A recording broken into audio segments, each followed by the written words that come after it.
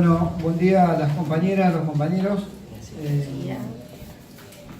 Después de escuchar el informe de los compañeros de Brasil y de Estados Unidos, analizar la situación argentina, evidentemente hay que analizarla en el contexto geopolítico de la región. En términos políticos, Argentina atraviesa la misma política con distintos rostros, a lo mejor, pero en el fondo es la misma que Brasil, que Chile, que países donde los sectores neoliberales en materia económica y a veces bastante fascistas en materia política han tomado el poder. Una de las premisas del actual presidente de la Nación en la República Argentina en su campaña electoral era que había que disminuir el costo argentino, entendiendo por esto el poder adquisitivo del salario por un lado y el recorte de derechos por otro, que en definitiva es salario diferido de los trabajadores.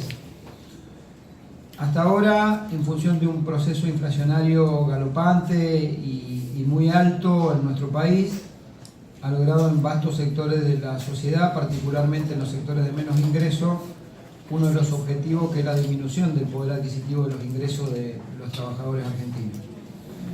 Lo que no ha logrado aún, y mucho tiene que ver el movimiento obrero en esto, independientemente de los matices que se puedan tener, es en avanzar en una reforma laboral pretendida por el presidente y requerida por el Fondo Monetario Internacional y particularmente después del acuerdo de asistencia financiera de nuestro país, que le exige recortar derechos a los trabajadores a través de distintas nuevas modalidades de trabajo, incluso algunas tratando de vulnerar la negociación colectiva.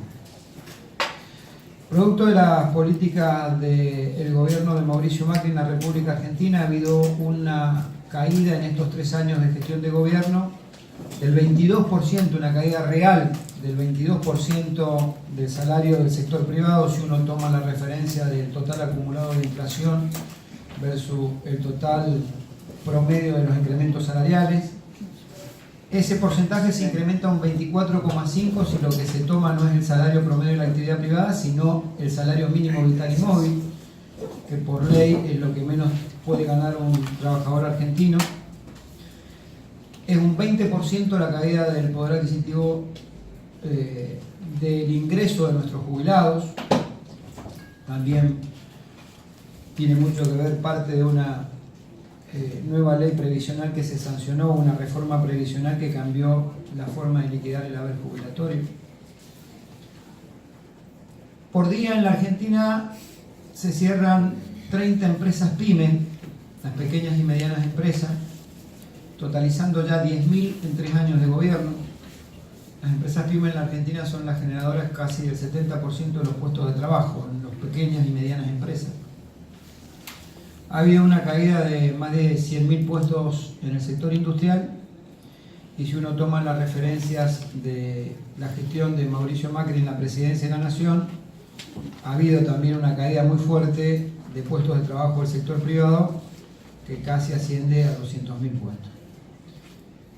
Las empresas privatizadas de servicios públicos, como son la provisión del gas, la energía y el agua, son parte de los principales ganadores del sistema, producto de una actualización de esos servicios que antes tenían subsidio y poco a poco se han ido eliminando, y confluyen en un salvaje aumento en donde el gas en 3 años se incrementó el 3.008%, la electricidad el 2.136% y el agua el 515%.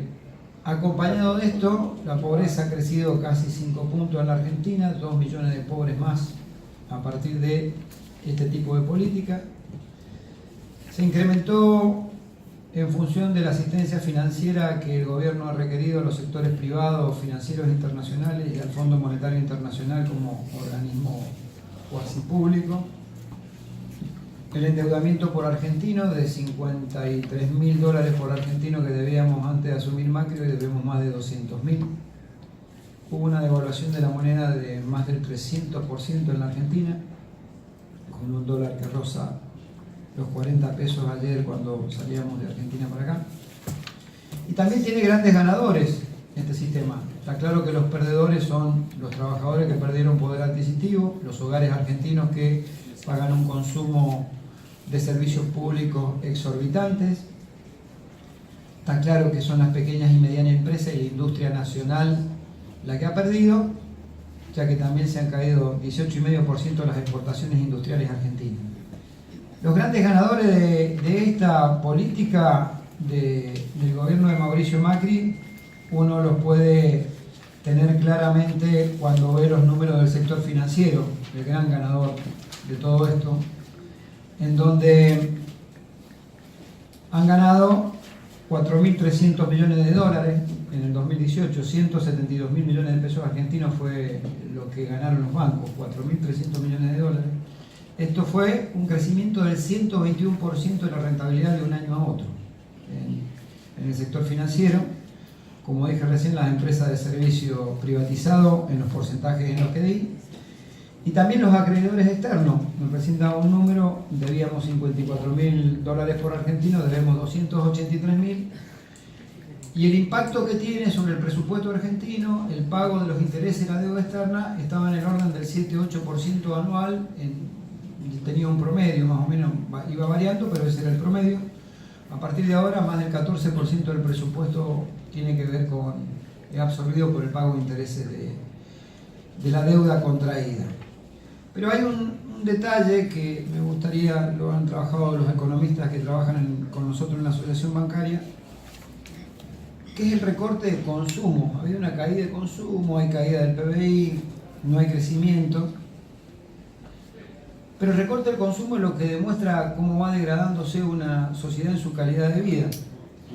Por ejemplo, según el estudio de nuestros economistas, las salidas recreativas de las familias argentinas decayeron un 63%.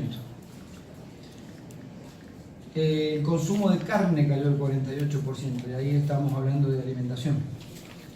El consumo de gaseosa, jugos y soda se ajustó un 44%, los combustibles un 41%, los lácteos el 35%, con lo que significa en una alimentación, y las frutas y verduras el 24%, medicamentos 23%, y por último productos de la canasta familiar restante un 15%. Quiere decir que la caída del poder adquisitivo del salario, la caída de los ingresos de los argentinos provoca hasta cambios sustanciales en su alimentación y en la calidad de vida que tenían.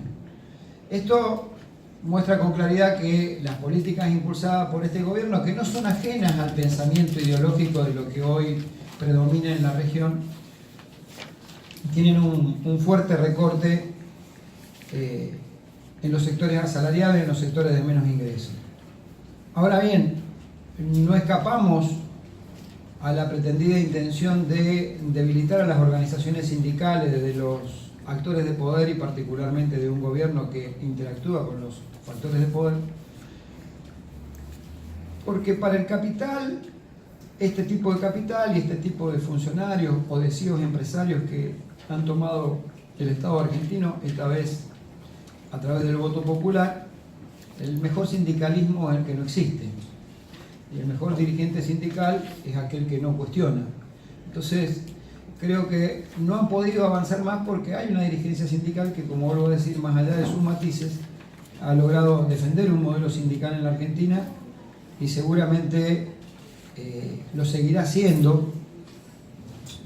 Y el gobierno todavía no puede avanzar en esto. Miren, sucintamente he dado los números de lo que pasa en nuestro país.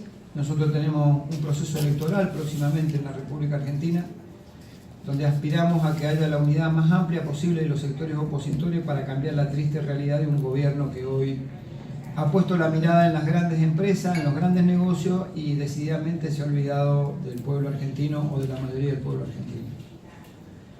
Pero como dije, no se puede analizar fuera del contexto de lo que pasa en la región. Y puede haber una política en una democracia con un rostro más duro como el de Bolsonaro o más amigables como Piñera o como Macri, pero en definitiva son distintos rostros sin corazón, porque representan el mismo pensamiento político, representan el mismo pensamiento económico, acrecientan el poder de los poderosos y vinieron a recuperar, en definitiva, el poder que teníamos los sectores populares con gobiernos populares. ¿Cómo lo hacen? Y a través de una gran parafernalia de medios de comunicación a su disposición, que ocultan la realidad de nuestros países y paralelamente atacan a los sectores que contravienen las políticas de estos gobiernos de derecha. Pareciera ser que algunos medios, generalmente los periodistas son los hombres opositores al poder. Acá son la oposición de la oposición los periodistas cuando gobiernan la derecha. Y terminan, en cierta medida, convalidando, escondiendo lo que hacen este tipo de política. John Dewey, que era uno de los filósofos iniciadores del pragmatismo, decía que cuando las corporaciones toman el poder, su sombra se esparce sobre todos los actos de la vida pública y privada. Y creo que es lo que está pasando cuando, por ejemplo, en mi país, el poder lo ejercen las corporaciones a través de un empresario que es Macri, y cada uno se ha repartido cual si fuera un botín las áreas estratégicas. Tuvimos un ministro de Energía que era el presidente de la Shell, tenemos el ministro de Agroindustria, que es el presidente de la Sociedad Rural Argentina, el sector más oligárquico de la Argentina, y así sucesivamente en cada una de las áreas. Hay un acuerdo con el Fondo Monetario que ha suscrito la República Argentina que endeuda no solamente a nuestro país, sino que condena a generaciones de argentinos y condiciona a este gobierno y al que viene.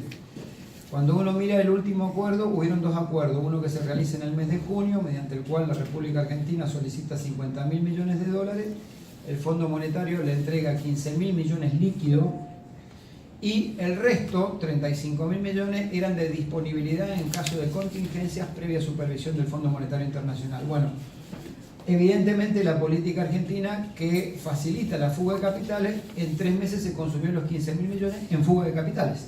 Gente que iba a comprar dólares, no $1.000, $2.000 para ahorro, compraban de a 20 millones, a 30 millones en el mercado cambiario y lo sacaba del país. Tuvieron que hacer un segundo acuerdo, y ese segundo acuerdo es por 57.000 millones de dólares, creo que es el acuerdo más importante que ha suscrito el fondo en cantidad de dinero que entrega, y los 57.000 son de libre disponibilidad para gastos corrientes. Es más, acaban de resolver darle un nuevo tramo de esos 57.000 millones para que el gobierno pueda vender por mes hasta 1.000 millones de dólares, subastar hasta 1.000 millones de dólares y llegar con un dólar más o menos planchado o un dólar fijo hasta el proceso electoral para que el gobierno tenga algún tipo de chance electoral. Pero ¿cuál es el problema de esto? Que aún como presumimos ganando un espacio popular en la Argentina en la próxima elección de octubre, y si hay balotaje en el mes de noviembre, o diciembre cuando sea el balotaje, noviembre, queda condicionado, este acuerdo está extendido hasta el año 2021 y el 95% del financiamiento del acuerdo se ingresa antes de octubre del 2019 cuando es la elección.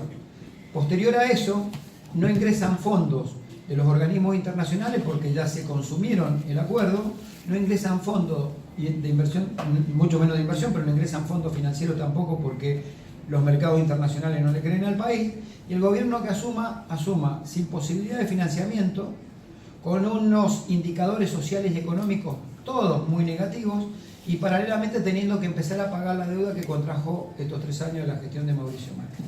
Es decir, que el gobierno que asuma la responsabilidad política en la Argentina, más allá que aspiramos y trabajaremos todos para que sea, independientemente de nuestro origen partidario, un gobierno de sesgo netamente popular, va a necesitar de la mayor comprensión posible de todos los actores sociales de la Argentina, porque va a tener una muy, pero muy difícil tarea, que es ver cómo reconstruye desde la nada misma y desde la deuda un país que necesita crecimiento, que necesita subsidio, que necesita atender los sectores más desprotegidos de la sociedad.